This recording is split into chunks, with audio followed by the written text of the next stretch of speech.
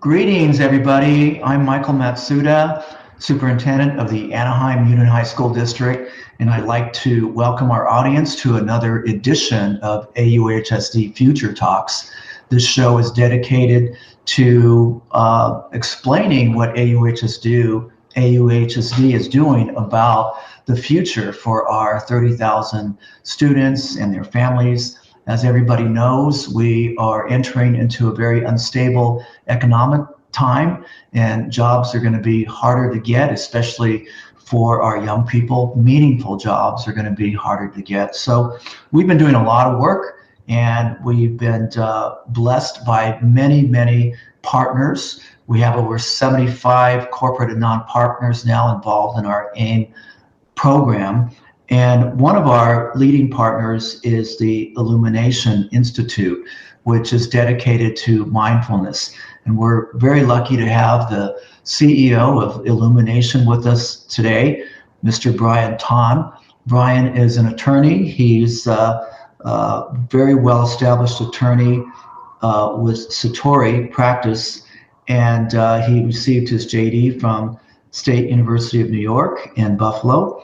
And he also has an MBA from the Wharton Business School in the University of Pennsylvania.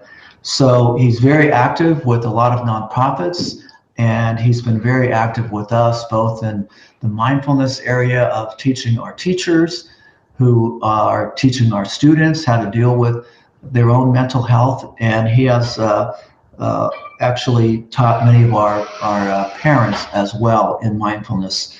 So, Brian, welcome to the show, Brian.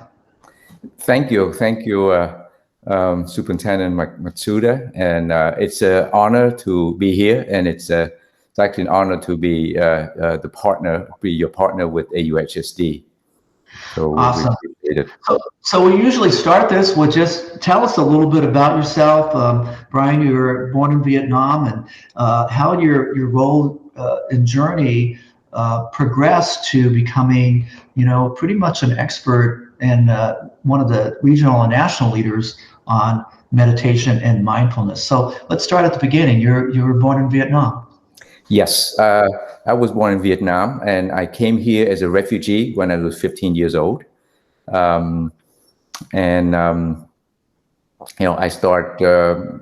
went through the high school system here in the U.S. Part of it was I actually came here by myself. My family didn't come with me until probably about 7-8 years later. So my parents actually are, some of them are both people.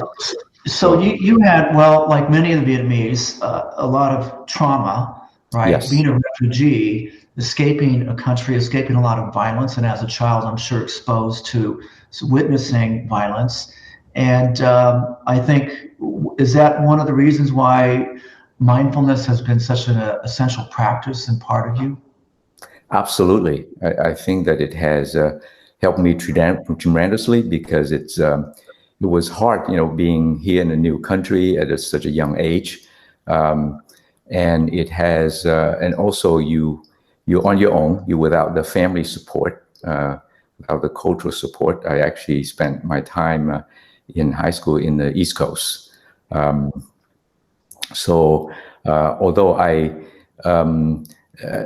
sometimes I wish I had known, mindfulness earlier, but it has, but I think it was really but as you talk about trauma, Mike, trauma stays with you for quite some time. So even after you gone over the survival mode, you've been, you adapted to the new environment. And so I'm here today, I think a great part because of the meditation, mindfulness practice I've been doing for many years.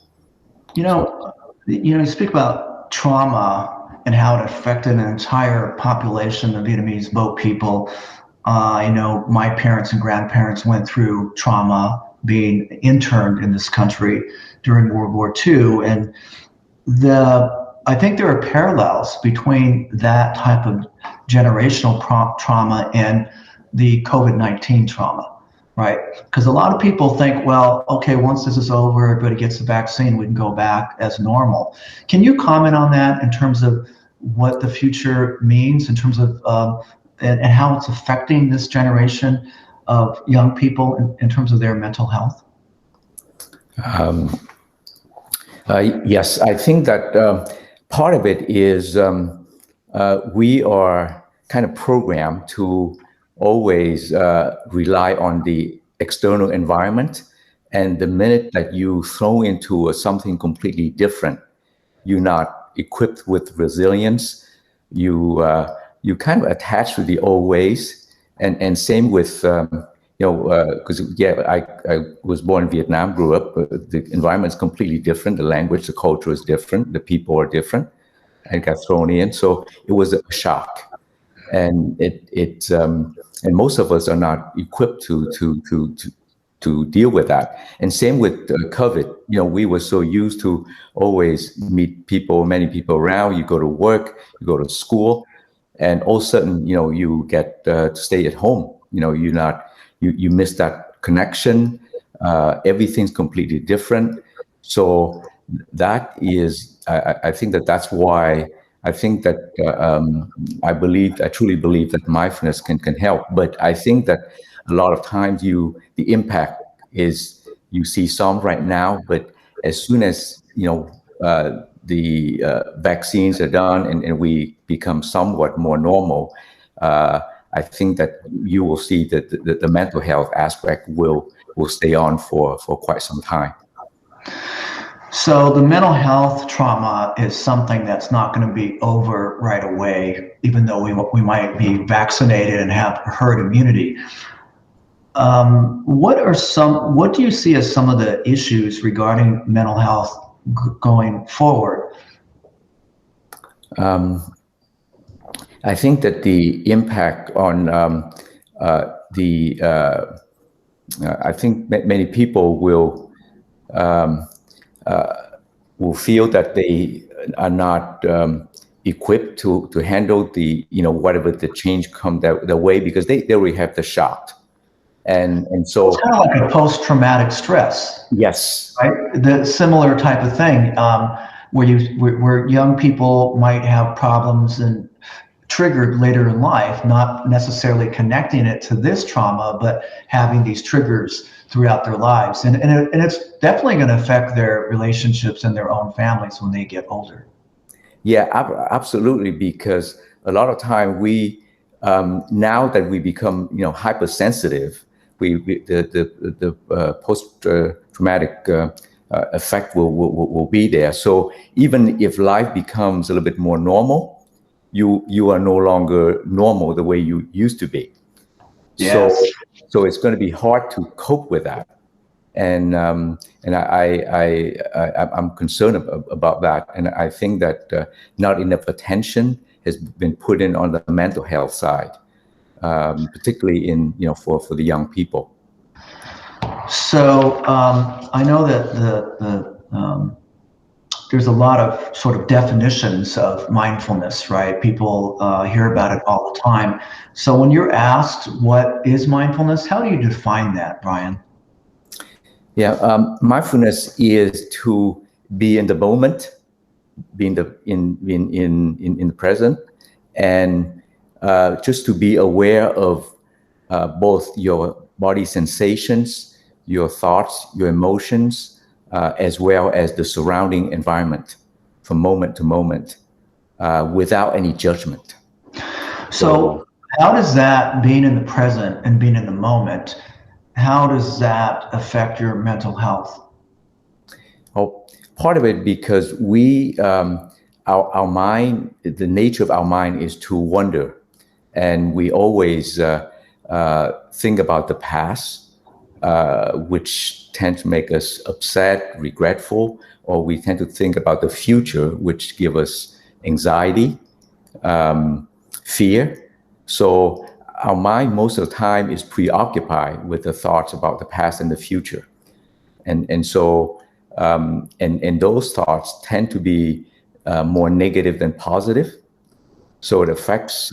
So we are not, if we're not in the present, we cannot function normally, and that's why it affects how we do. So we just walk around all day without really maybe being anxious, and even to the point of being depressed because you worry about the past or worry about the future. Yeah. So when that happens long term, because we kind of go through cycles of emotions, right?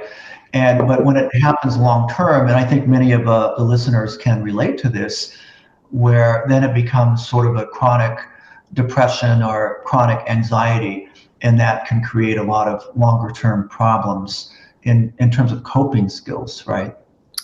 Yes. And a lot of times if we don't deal with it correctly, you kind of suppress. So you have the fear, you have the anger, and even though initially you think you can cope with it, but you ended up kind of keep suppressing it down. So these anxiety, this depression, the fear, it still stay with you. So even though you may use the environment, the outside environment to, try to cover it up, but in a way it's not dealt with. And over the long term, it keeps accumulating. So you're absolutely right. So there's a lot of science behind mindfulness now in terms of what you just described, how the intentionality behind it and being in the present, you actually can sort of rewire your emotional responses to certain triggers, right? So can you share a little bit about the science that's going on when you practice mindfulness? Yes, the mindfulness is just to, again, I mentioned to stay in the moment, and what you do is try to create a space between the the external stimulus that comes in, and your reaction. So our brain is actually, from a science perspective, our mind, our brain, you have we always tend to go with the amygdala, which is the part of the brain where you are on survival mode. So you're always overreacting. And the other part, the brain is the prefrontal cortex on the top part, and that is your executive function, how you respond rather than react, how you make decisions. And then the third part is the hippocampus, which is where the learning and memory takes place. So that when you are always in the hippocampus, in the amygdala stage, which is where on the reacting, that is where you act out of fear.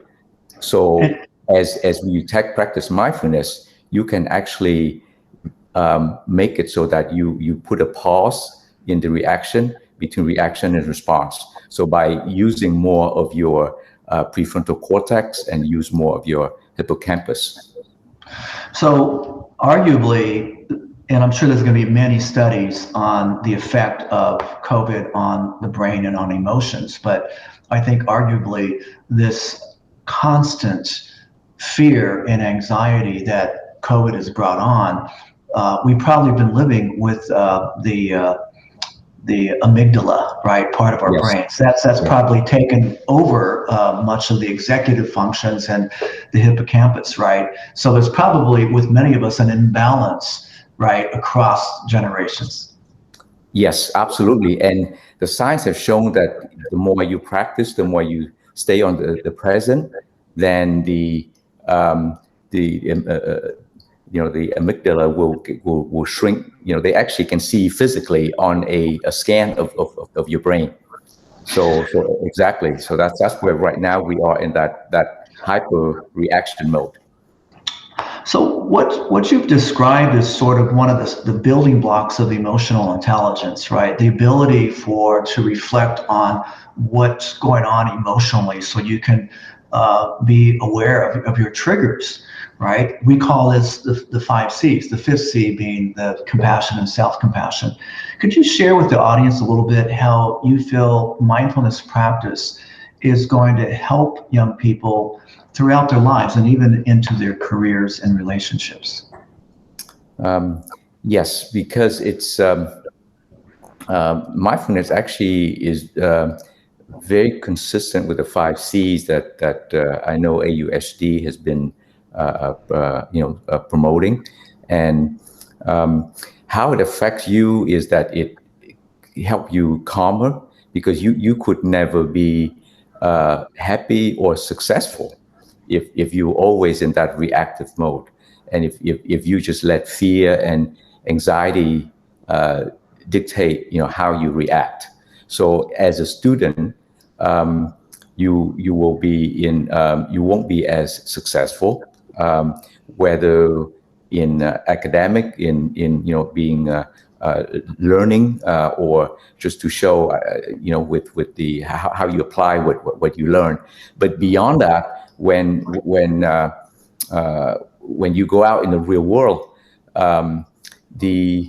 you have to be able, and it's good that you mentioned about emotional intelligence, because you have to understand yourself and you have to understand others. But because you're not working in a vacuum, even though right now we still working on Zoom, but as you go out, you still connect with people, you have to work with other people, you have to interact with other people. You're not going to be by yourself.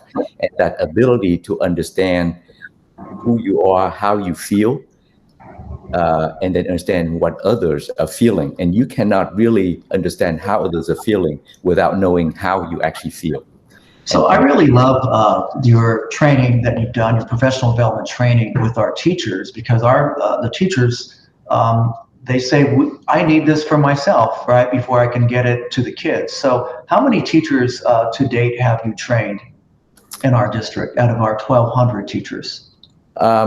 We've trained probably about 500 teachers. Yeah, almost half of our teachers. And we did not impose it. We offered the training, and we're so grateful for your expertise, because I know it was really, and it was over many iterations. It's not like, and a lot of that was word of mouth, people saying, oh, Illumination is really great, the training, it's very, and you start practicing right away.